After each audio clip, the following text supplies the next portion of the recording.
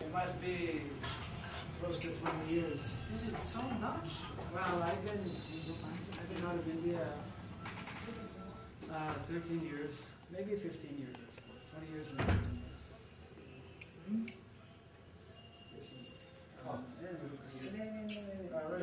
I got two. No, it's okay. I didn't even know. You are a guest. You are a guest. So you please give this to me. Hare Krishna. So you're doing quite a bit of traveling, Mark? Generally, I do a lot of traveling. Yeah. Okay. Mostly in India. Mostly in India. Okay.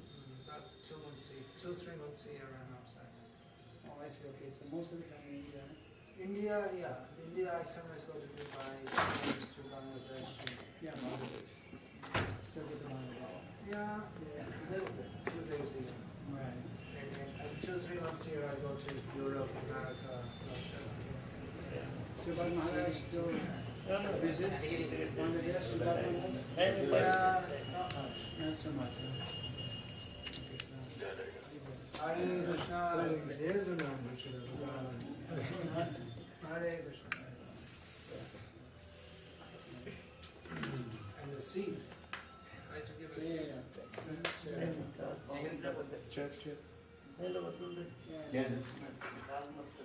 So they finally got it clear. And yeah, actually I was here 3 months back. So like my second visit this year to India. Last time I was here for 5 weeks, catching up on a few places. So, India's changed a lot, huh? Yeah. In just such a short time. Yeah. I mean, I hadn't seen. I saw the Delhi temple when it was just in the beginning construction many years back. I mean, I hadn't seen Prabhupada's Samadhi. Finished. Samadhi took so many years, right? Yeah. And well, apparently now we have shopping malls in India. Yeah. It's the whole ethos has changed. Right. But last time, in 5 weeks, and many places. The preaching's expanded a lot. We have a lot more senders, a lot more devotees. Right. Yeah. It's a big thing.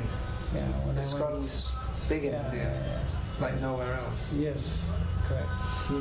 I was very surprised when I went to Mayapur, of course. Yeah, so many brahmacharis there, They have over 1,000 devotees, or? I heard they have 600 resident devotees. Anyways. But there's, with the floating population, there's definitely always at least 1,000. Right. Yeah. Anyways, they have a lot of resident brahmacharis. Yeah, and a lot out all the time, also traveling. Yeah. I went to their new Namhata building. Yeah, huge building. Yeah. They remember you, I hope so. Yeah, we had lunch there that one day and got on the train. That's completely dedicated for... Yeah, completely. Yeah. They have, I think, about 1,500 initiated devotees. Yeah, it's huge. In Bengal alone. Right. In the Namhata, Right. It's only Namhata. Yeah. Right. Now they go quite regularly also to Ekachakra. Ekachakra, we have a temple there. I've heard we have some. I haven't been there for many years. Yeah, right.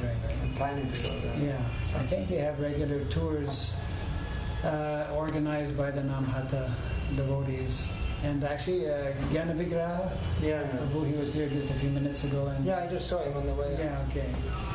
So he was mentioning that Subhat Maharaj is visiting there now. He travels around India. Right. He was in Australia. He had some severe accidents. He's not traveling overseas. Right. Well, he had a recent accident right in Indonesia. Oh, right, yeah, that came up also. Yeah. I mean, before was the first one in Australia, I think some head injury. This one was hip, actually. He got hit by some motorbike in Jakarta. And Gormano didn't even know he was in Indonesia. Right, I think he found out only after or something like that. Yeah.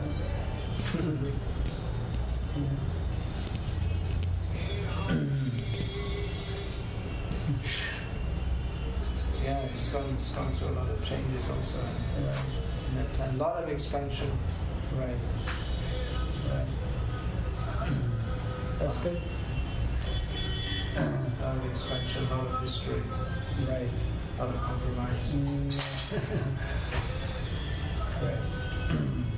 You generally attend the Mayapur festival? Yeah, every year I go just for. I usually come the day the parikrama arrives. Oh, I see. I usually come. Or last year, I think the last 2 years, I stay outside in Mayapur. Okay. And then come just before, just for the last few days. It would be pretty crowded. Yeah, it's pretty crowded, but Yeah. there's facility. If you arrange in advance, there's facilities for sannyasis. Well, even if you don't, there's facilities for sannyasis.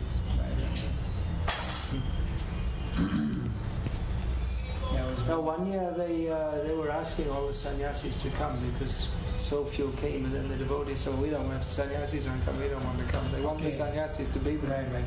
It's an attraction for them." Yeah. Yes. I think 1 year I didn't come. It was 1 year the Mayapur festival was just too wacko. It was just too much westernized stage shows, this and that. And I didn't go. And then the next year, and a lot of sannyasis didn't go the year after that. And they were asking to come. Right. Specifically asking sannyasis to come. They have the parikram just. I guess they have parikram and then they have seminars. Is it also? They have seminars before the parikrama, and then again they have for about 5 days before going. I usually go there and give every year I go and give some seminars, speak on something. And there are a lot of sannyasis giving seminars, but still there are enough devotees that there's attendees in all of them. Yeah. So you can do one also. Yeah. Did you ever find out who is behind the complaint against you? Not really. Mysterious things. You get to go to England sometimes? Yeah, I go pretty much every year. Okay. Briefly. Yeah. In the West, everywhere I go briefly. Right. A lot of places to go. I just I stopped by this year actually just for 1 day, actually just for a few hours because I had a transit flight. So my first visit to the manor. It was very brief, but it was nice to visit the historical. Yeah, the manor is really it's really it's a real institution. It's something that's really a landmark for our movement in the Western world. It's successful in many They still ways. have many, like for Janmashtami, many. Oh, Janmashtami is huge there, yeah. It's a huge festival. I mean, outside of India, I think it's the biggest. They get, They have this thousands and Pandava Sena. Yeah, they're very. Yeah. I was reading descent on the X on the Pamel. I don't see that. Yeah. In connection with this. What is it? The Govinda Maharaj. Right, Kazakhstan. I got that from him. You heard about the recent? Yeah, it's going on just now. Right. Yeah. And it's winter there. Also. And they demolished all this. They're heartless people. The way they treat their citizens in these countries. So I think the Prime Minister or something is visiting England. And they're going to make a big demonstration, right? Yeah. Going to embarrass him again. Yeah.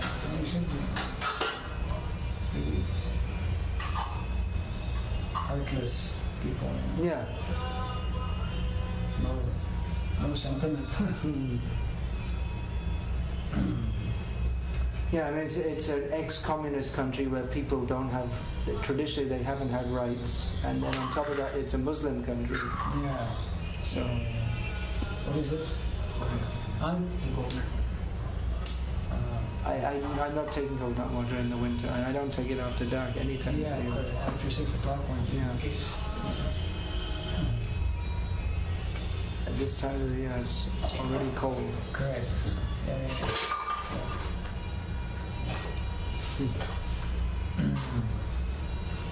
So you're in Twin Cities for a couple of days? Yeah. I've been coming here regularly since many years. I usually come here to this temple, and when I'm in on the weekend, I usually come Sunday evening. And then again for a Bhagavatam class during the week. That's what I usually do here. And yourself? Well, mostly. You've been in Indonesia mostly. Yeah, mostly in You speak Bahasa Indonesia? Yeah. Yeah.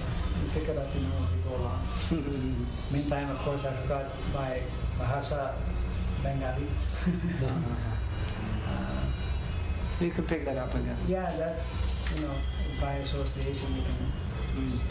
Actually, when I was visiting last time, then, just hearing some Bengali boys speaking, you can, I understand. Jogs in them. Yeah.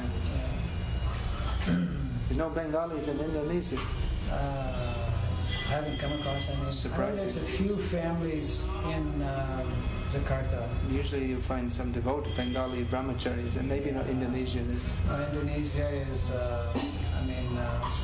pretty isolated place. Not many people visit, and there's no. Bali. A lot of sannyasis go to Bali, isn't there? Some, not a lot. I would say a lot. Yeah. But of all the places in Indonesia, Bali is like the attractive place, and that's where we have the largest, number of devotees. There's about 2,000 devotees, in Bali. It's a lot for a small island. Yeah. Of course, the whole of Indonesia is not. It's one of the largest, the fourth largest country population-wise in the world, and growing fast. Yes, also. And what is this now? Water. If you'd like to please. Yeah, I'll take a little water.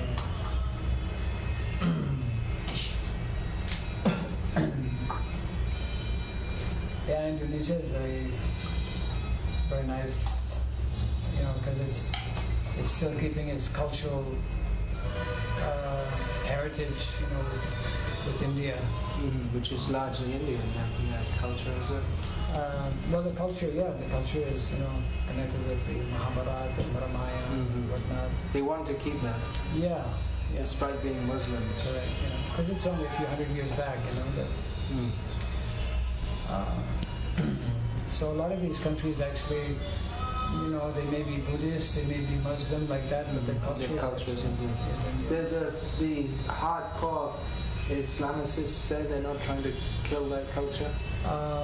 Indonesia is, you have the soft Islam, not the hardcore. It's the national club, but there are hardcore. There are, of course, because there's, some terrorists. Terrorism is famous, yeah.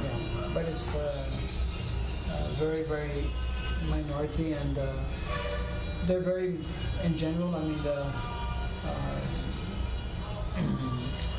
Indonesian people are quite mild, soft-spoken kind of persons. But that, unfortunately, that element is there. You just need one terrorist to spoil the whole thing. So. Malaysia, you go to Malaysia sometimes? No, I haven't been since '89. I used to go regularly. But the Malays and the Indonesians, they're very, they're sister. They're the same people, more or less. Yeah, Malay language. If you speak Indonesian, you can follow the Malay. Yeah, I heard it's like Malay is like a lower class. Yeah. Indonesian or something, simplified Indonesian. Yeah. And the Malays, they're laid-back people. They're not into working hard. Right. They're just into chit-chatting and eating and sleeping and not much else. How's your health? I heard you were sick. Yeah, I've been down a little bit. That's why just taking it easy. I was traveling quite a bit actually before coming here. Indonesia, Thailand, Malaysia, Cambodia. More recently, I've been going to Cambodia. That's very like a new field actually. So when you travel quite a bit and weather, whatever, Very well. Yeah. So anyways, it was kind of like high time that I kind of stopped, and so I came last week actually. Yeah, I heard you were coming, but then I heard you were going also. Right. So you changed your plan. Yeah. Right. Actually, I was supposed to be here just a couple of days, and I was going to go down south, but then because of the health factor, I just I had to. I just had to kind of So I'm just here for a couple more days, and I'll be going south, and with plans to come back again maybe after 1 month. How's Cambodia preaching? How's it? I mean, the country is famous for its being devastated. Oh, it's a new frontier. What kind of government is there? Is it democracy or what is it? As far as there is democracy. It's a kingdom which is it's kind of a little difficult to say. I mean, the royalty there is royal power is present, but it has a lot of influence, but they're not directing the affairs of the country per se. And there's still some. Khmer Rouge is still controlling part of the country. They're finished. No, that's pretty well eradicated. But there's some communist influence that is there. The country is going through a lot of major changes actually because of so much of outside foreign aid coming in. UNESCO and all of these international organizations. A lot of NGOs being established to just help uplift the country. The whole country is, went through, turmoil. So a lot of reconstruction, going on. And one of the big dangers, of course, is that a lot of westernization, being introduced because Cambodia as a country, in connection with this Angkor Wat temple. Actually, I went there 4 times this year already in Cambodia. Sihesh Prabhu is going there. He's been there, yeah. I met him in Malaysia. He was mentioning that he had gone there a few times with some of the brahmacharis. So they speak French still there? Yeah, it's amazing. So it's good for you, huh? Yeah. Not English? Very less English. More French? Yeah, more French. Especially because you're still good in French. Yeah. Especially after spending quite a few years in Montreal. Many of the older people especially still speak. I was surprised actually last time I had gone to the Angkor Wat and then one old guy was just sitting there and he started speaking French. They speak very good, because they were under, I think, for about 100 years, right? The French protectorate, yeah. So, but what's very fascinating is that the whole culture is so Vedic. Although 90% of the country is Buddhist, but it's a kind of a Buddhism which is it's a little bit like in Indonesia also, Islam, but the culture is... Well, I was in Thailand for some years, and the Buddhist culture in these countries, the thing is that Buddha didn't teach anything about culture or cosmography or music or art, so they just... Yeah, it was just the Vedic culture was already there. Correct. And the Buddhism, it actually fits into Vedic culture. Yeah. So he didn't preach against it, and they just went on. They still believe in their cosmography and the demigods. Correct. It's all this. You visit their pagoda, their temples. The Buddhist pagoda. And Burma also the same. Burma I visited so many times. Yes. All these countries. It's the same culture. Yeah.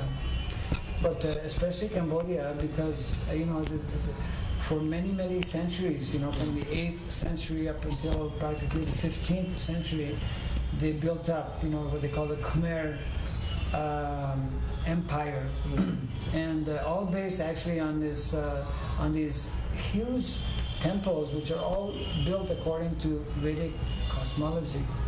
It's fascinating. Oh, that's why the cosmology research group should. Yes, and on the walls they have all these writings in Sanskrit. There's in their script. Or in Nagari script. I think in they have their own script, which is based on the Sanskrit alphabet. Yes, actually. We printed a book in Khmer. I printed one book. Right. Years ago when I was in Thailand, we got one book printed. Yes, correct. Their script resembles very much one of the South Indian languages. Yeah. And it's really amazing.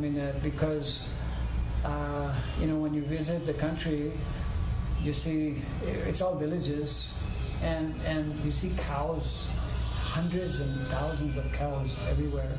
But they still have that very simple lifestyle. They are basically looking after the land. It's like the Vedic Varnasrama system. That's even more than India because they have a king. Correct. Yeah. The Vedic system works with a king. There are elements. That's one of the attractive things about Cambodia, is that actually they have elements now that one doesn't find here in India.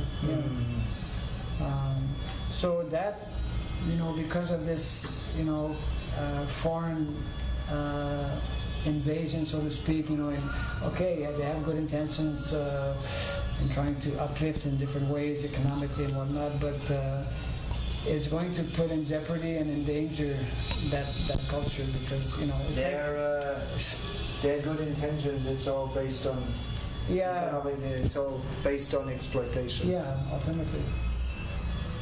In Bangladesh, I remember the intellectual Swami was saying that they saw through the whole thing. The foreign aid is only for controlling the country. Yeah. It's not for aiding the country. Right. It's just political. It's an external, front, that looks very. It's just for making it a political pawn. That's all. Right. And for exploiting the resources. Yeah. Their so-called aid.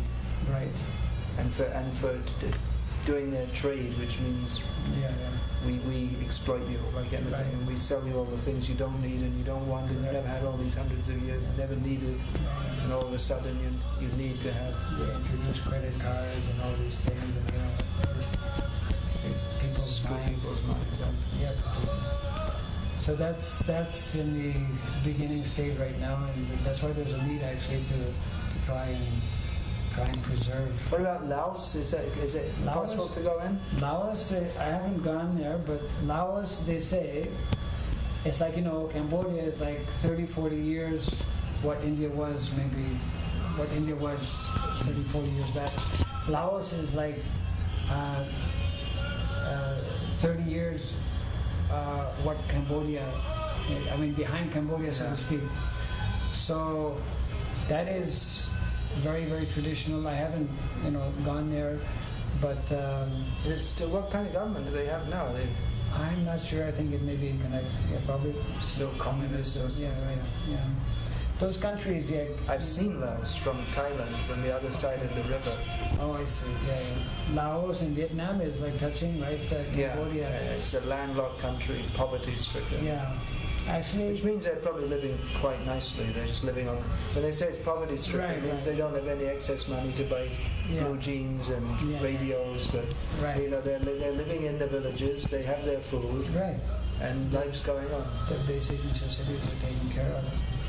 Cambodia used to be much bigger geographically than it is actually, but due to war. Laos used to be part of Cambodia. Yeah, all the countries. And a good portion of Thailand, some portion of Vietnam also.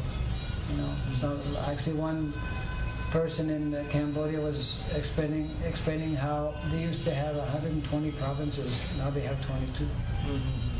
So that means that 100 provinces have been taken, by... Well, it's the whole history of the region. Burma and Thailand are always fighting. Right. Sometimes Burma becomes bigger, Thailand becomes bigger. Right. Yeah. It's all over the world. Lithuania used to have an empire. Is it? Yeah. It's a tiny little country. Yeah. It's Kali Yuga. The borders are always changing. Right. In the whole of Europe, they have Germans in parts of Russia and in parts of Poland. Hitler wanted to bring them back into Germany, and then he marched into Poland. It goes on and on. Ethnic clashes also. Goes on and on ad infinitum. Until we bring people back to their original culture. We hope so. I mean, even India, if you see the recent history, it's just been a history of fighting until the British actually unified India politically. But otherwise, they were all fighting among themselves.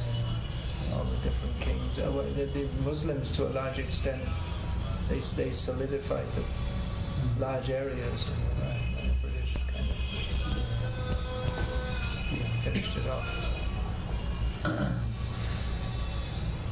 What time is your program this evening? The lecture's supposed to begin at 7:30. 7:30. Anyways, I appreciate very much you dropping by.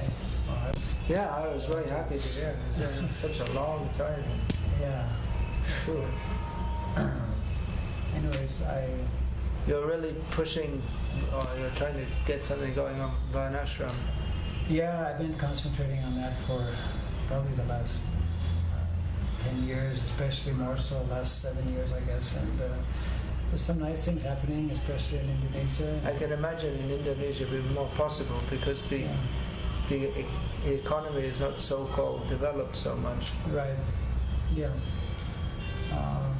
I mean, it just takes I guess a certain number of devotees who can understand some of the basic concepts and who are willing to make the sacrifice. Yeah. Prabhupada very much wanted to push it in India, but it seems in some ways much more difficult to do so now because people are very much into the idea of economic development and city life, and people don't want to live in the villages. Yeah. And even the villages are they're in city consciousness. Yeah, correct.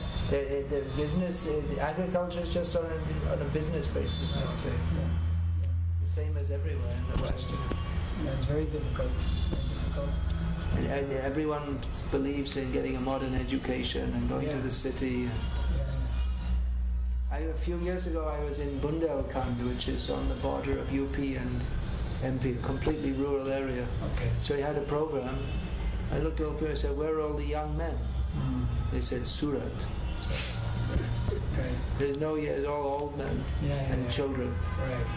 Yeah. That's really unfortunate. All the young men were in the factories in Surat.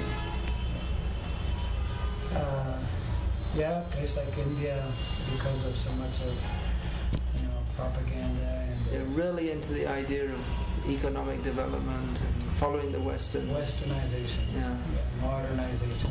And so many kids they work for multinational corporations. They're working all night so as to be on the same time level as the Western. It's really sad, because India should be leading, And in the West, there's very good scope for this kind of preaching also. There's good scope. People they're open, it seems, to alternatives. I mean, so many people in the West know that modern civilization is a failure. For them, there's no question. They know that science is cheating, politicians are cheating. Right. In India, people don't know that. Right. They're still in the illusion that. In the West, many people who are not devotees are understanding these things. But our devotees don't seem to understand it so well. They're going back the other way now. It's a funny thing. Right. But that's so important, actually. And, somehow we need to have a few more of our, I would say, ISKCON leaders and ISKCON devotees in general, not only theoretically understand, its importance, and not only importance, but actually its urgency, and because otherwise, it's like. With them, we're just a religion. We're a city religion. We collect money and we have churches and we like that. I mean, when we tend to lose that vision, that Prabhupada. And our Grihastha, we went Grihastha devotees, but they're fully caught up in the rat race. Yeah, absolutely. And their aim of life is number one, to be a material success, and number two, squeeze in a little bhakti here and there, wherever you can. In Malaysia, and I'm sure this is happening in other places also, and I was like practically shocked. Both husband and wife working 12 hours a day. Oh, that's quite common in India. It is, huh? Devotees also. I mean, that's horrible. But that's normal. Yeah. It's normal, horrible. Yeah. But people think it's great. It's great to have such a job.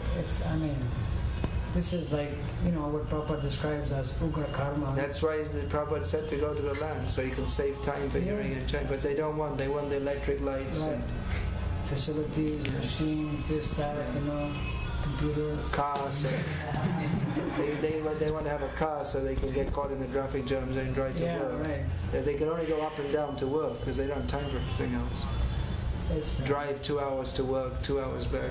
People get so caught up in that they don't have time to think of any alternative back to this. It's so conditioned, so heavily conditioned. Very heavily conditioned. Even our devotees, they think this is the goal of life. It's really. So it's a real struggle. Come to you for blessings to pass their exams so they can get a job. Right. Yeah.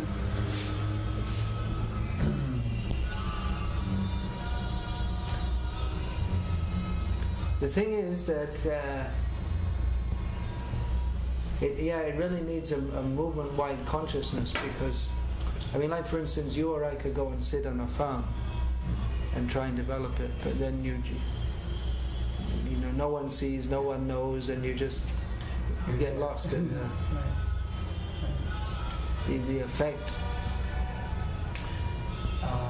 Somehow we were fortunate, like in Indonesia, to convince some young people that we were cultivating for some time, and they were still in college.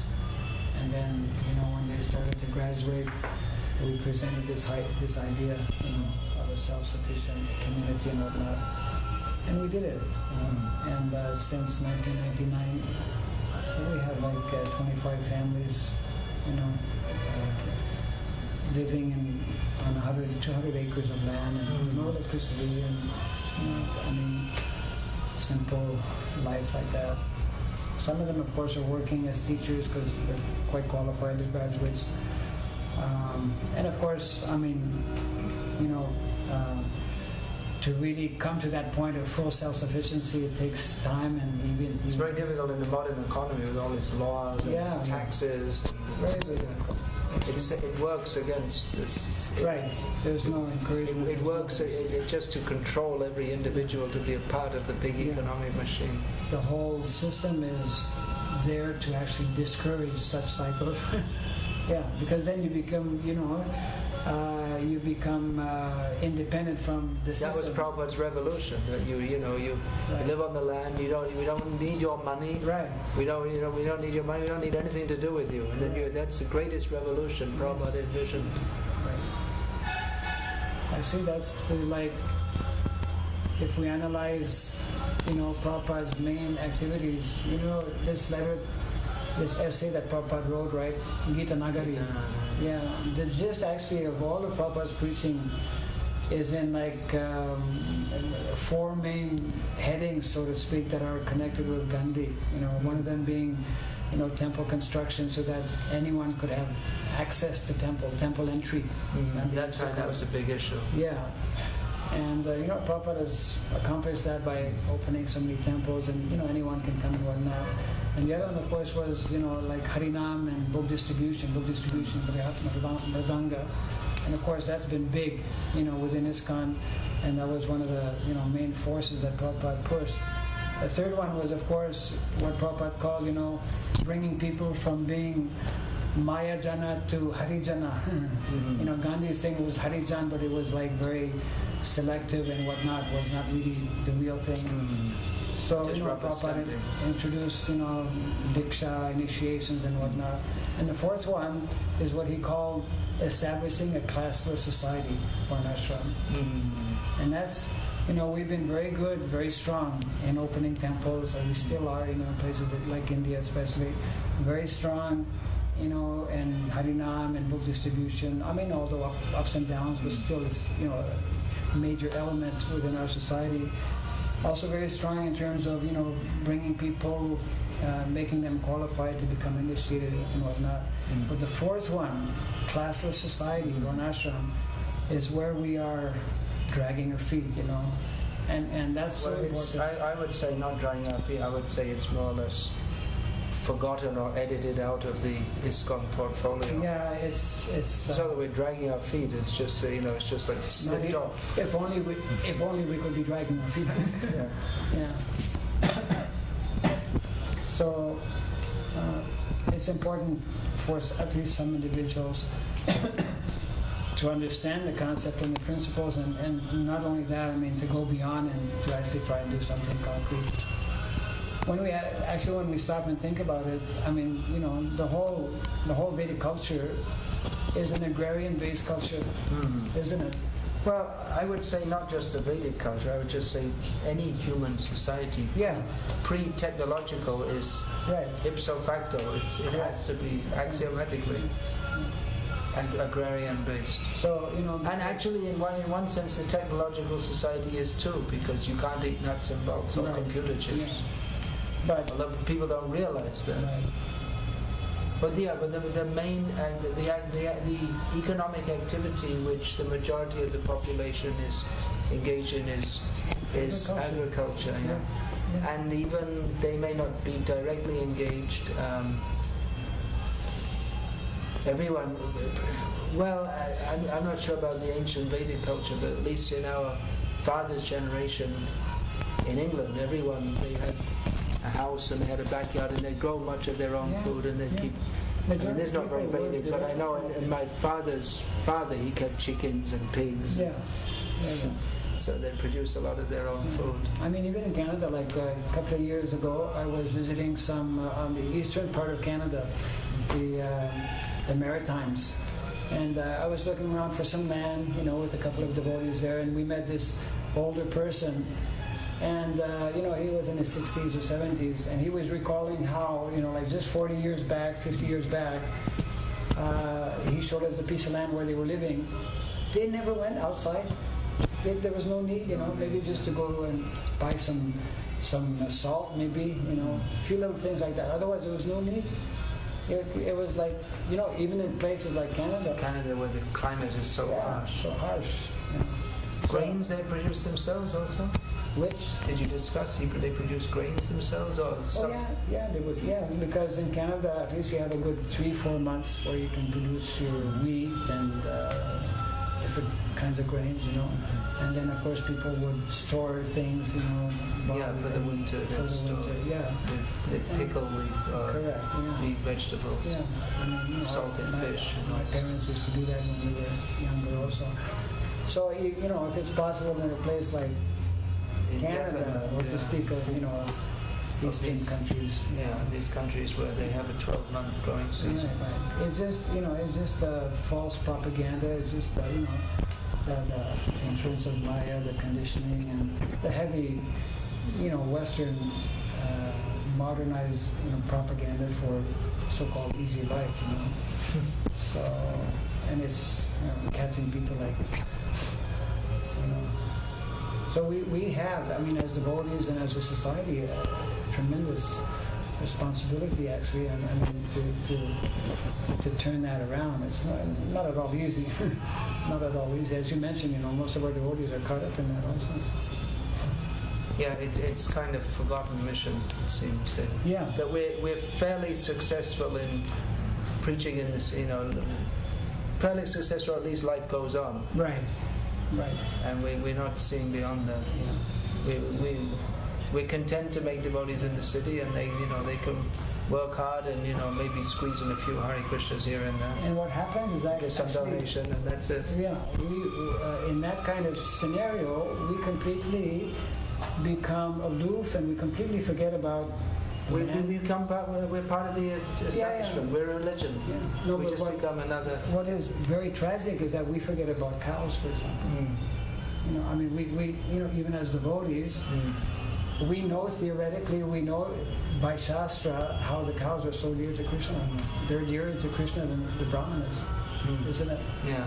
And, you know, because we are disconnected with that reality, I mean, with the man, we never stop to think about what the atrocities every single day that is going on. Yeah. In India, it's just completely accepted now, cow slaughter. No one speaks about it. It's not an issue.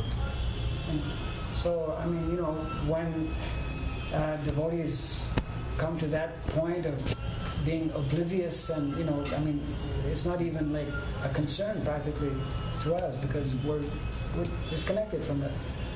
But that's unfortunate because actually that's a, you know, something that Krishna is definitely not pleased about. And we as devotees have a duty and a responsibility to do something. You know, and to do something very concrete and very, you know, major also. Anyways.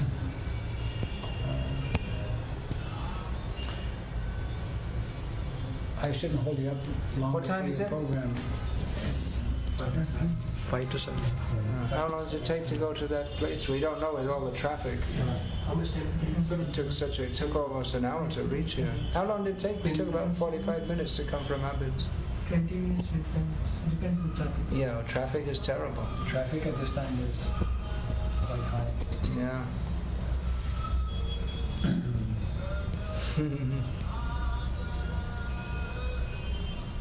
They made the wall on this side. There's all the noise and the smoke. Yeah, this is a terrible corner. Terrible place. It's not a fit place for human habitation.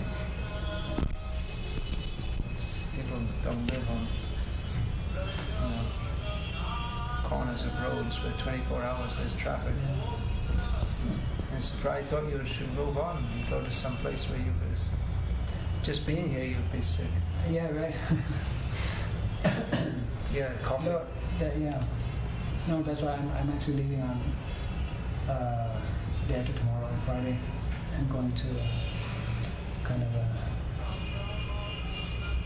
more peaceful situation. Anywhere is more peaceful. Yeah. I mean, you can't even open the door to get some fresh air, you know? No. There's no fresh air. That's modern life. No, live in the city. The thing that people, the uncivilized, primitive people got, fresh air, fresh food, fresh water, you cannot get, even if you pay. Correct. If you're living in the city, even a billionaire can't get these things. Whereas the poor, backward, illiterate, foolish people get that automatically. Well, it's difficult for them now. All the land all over the world is polluted.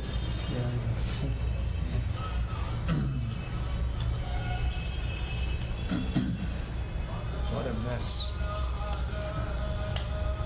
And people's lives are, the whole society just makes everyone's mind completely polluted. Devotees also having some power in this place. Filling everyone up with calm, cold, low.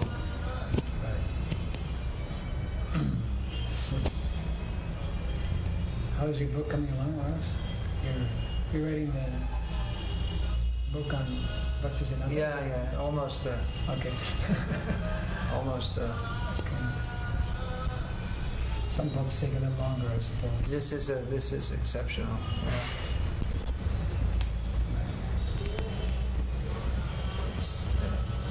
I would have never begun it if I'd have known how much work it was going to be. But on the other hand, now it's almost finished, I don't really want to finish working on it because it's such nectar working on it. But I have a lot more books to write also. Krishna allows me to.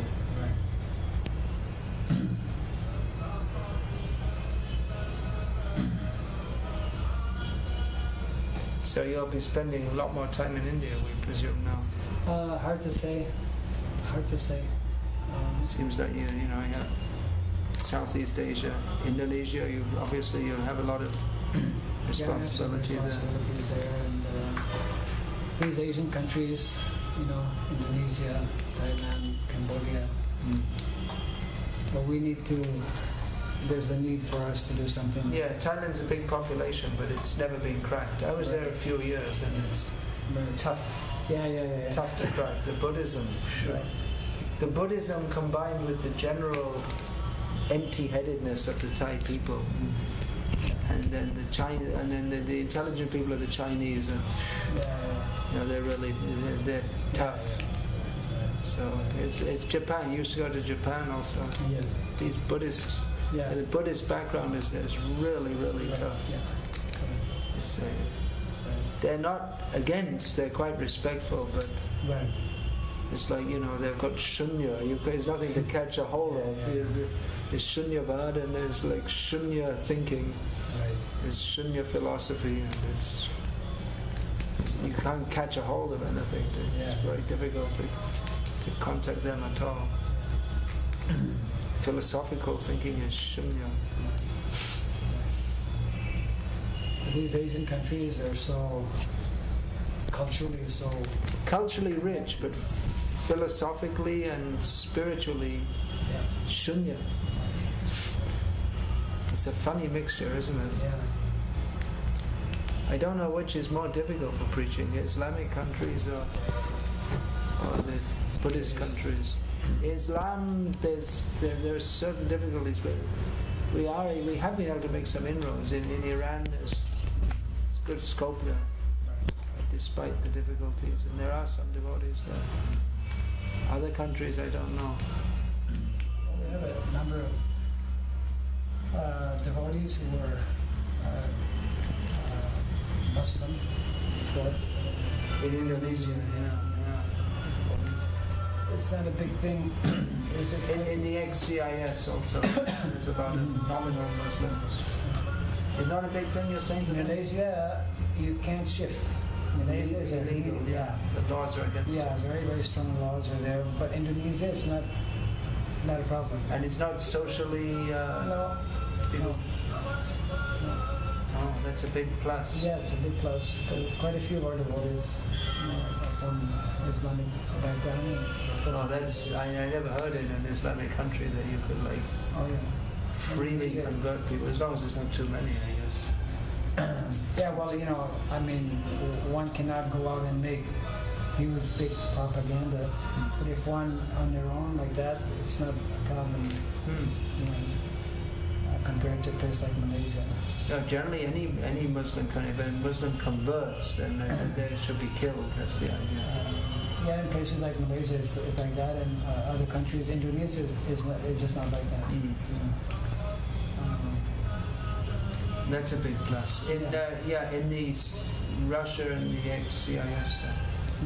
I mean, all those, whatever devotees are there in Kazakhstan, Uzbekistan, all those, Kyrgyzstan, Turkmenistan, they're all ex-Muslims. And in Russia itself, there are many Muslim republics where people and there are many Muslims from all these countries who become devotees. And it's not such a big thing. It's accepted as much as anything's accepted in Russia.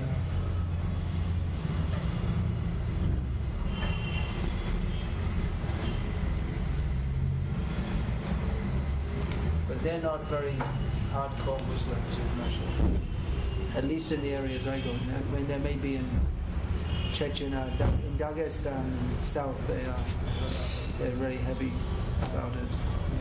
But there's devotees from there also. But it doesn't go down well with the local sentiment. But these are different frontiers. Varnasrama frontier, Buddhist world, we really haven't cracked it at all. Islamic world, Africa, these are big lacunas in our preaching. A lot of work to do. I know. I know.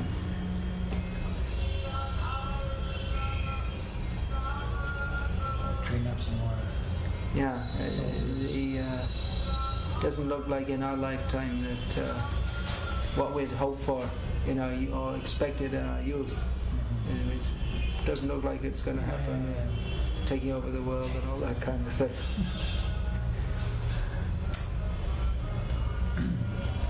Yeah, I think it will definitely be stretched over that 10,000 year period. We don't know though. I mean, it could be by Krishna's grace. I mean, the world could wake up, because millions of books are out there, and the books are, if anyone has got even a slight bit of sense and they read this book, then they can understand this is something very special and something very different. And in the West, people do. A lot of people understand the whole society is just cheating and exploiting, and the politicians are lying. They've become so inured to it that even it's revealed and no one even protests. Clinton was exposed as a liar, no one cares. Bush, and everyone knows there's some agenda other than humanitarianism for being in Afghanistan and Iraq. It's not simply out of humanitarianism that they're invading their countries and bombing them to pieces. Everyone knows, but they don't feel enough. They don't feel shocked by it anymore. They're just used to the politicians cheating them. Yeah, somehow we just have to try and keep pushing on, hoping and praying for the mercy of Lord Chaitanya. I mean, a lot of things happening, positive things happening. It's not easy to transform the entire world, but still, I mean, it's Prabhupada's mission and Lord Chaitanya's mission, and somehow we are fortunate to be connected with him. I mean, we can't imagine if we would not be connected with him. No, it's unimaginable. That's a great fortune, Prabhupada's mission. Somehow we have to carry on to the best of our ability. So it's always nice to see our brothers' strong preaching spirit traveling around. I'm traveling around half the time and trying to run away the rest of the time. Because the writing, and you can't do it. You can't do when people are coming in and out of the room all the time. This program, that program. So it's difficult to balance the two things.